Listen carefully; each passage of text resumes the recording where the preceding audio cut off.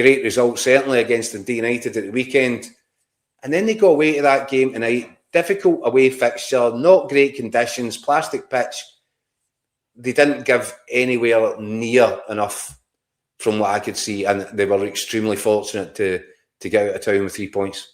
The two guys that I would look at, Keith, and I feel like it's maybe a wee bit poor to single them both out because Celtic collectively were rotten tonight.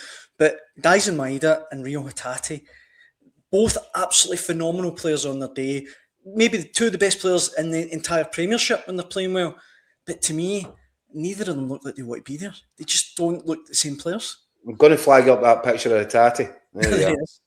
See, like, here's the thing, right? See if I'm a Falkirk player. And I know this is going to sound like dinosaur stuff, but I don't care.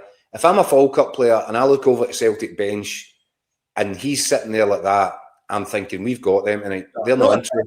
I think you're spot on about that, eh? No, I think they're you're not right. interested. They don't want this. They don't want to be here.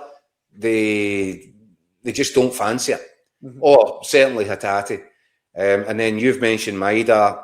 Maeda, you know, I mentioned that Celtic looked like a pale imitation. Maeda looks to me, I'm sorry, but it looks to me as if his head's completely gone. I think he can't wait to get away. It wouldn't be surprising me if he's busting Martin O'Neill's door down, trying to say to him, you know, I've overstayed my time here. I've done more than my time. I was promised, because the model is at Celtic, come in, give us a couple of years, perform at the best of your ability. You're on an upward trajectory. You'll go places from here. Maeda looks like a player that, I'm sorry, but his heart doesn't look at it anymore. And again, that was another one of those performances tonight, which gives you cause for concern. We mentioned it on the hotline the other night, Keith, the fact that Andreas Skov Olsen, who, you know, as we sit here, is virtually on the brink. He's halfway in the door, isn't he, at Rangers? Becoming a Rangers player. That would leave Wolfsburg without a wide player. Martin O'Neill's let us know that it was Wolfsburg Maeda almost went to. If Celtic were to settle Maeda because Rangers have signed a top Denmark international, that would just be catastrophic for Celtic. To facilitate Rangers signing a top Denmark.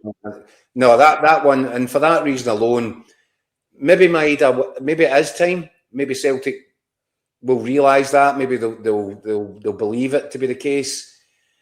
Maybe they have to try and get as much as they can for him before these performances that he's turning in.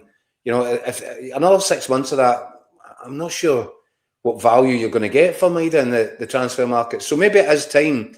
But I'm telling you now, if this Celtic board, as unpopular as they are right now, make a sale and sell him to Wolfsburg, cash in on him, and the nature of that sale means that Wolfsburg are able to do this deal that sends out Skov Olsen to Rangers, optically disastrous. Yeah. So I'm not sure that even this Celtic board would have the brass neck to put that one on themselves and take what would likely be the ramifications from a support which is already in full-scale rebellion against them.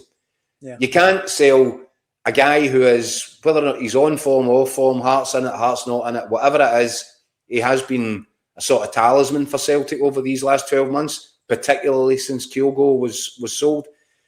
So to cash in on him in a move which then frees up Rangers to get a player of that quality, that would be, I'm sorry, I can't see that being anything other than absolutely catastrophic in terms of the PR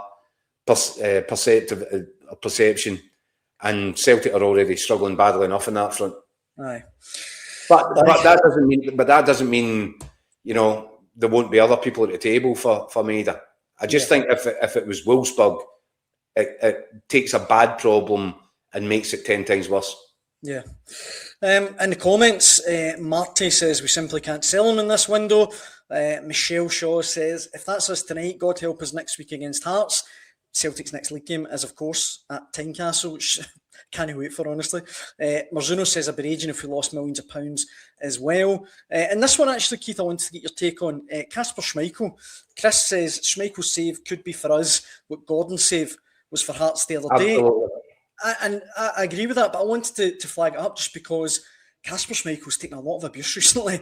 A lot of Celtic fans would have dropped him, and that was a top-class save right at the end to give Celtic all 3 points.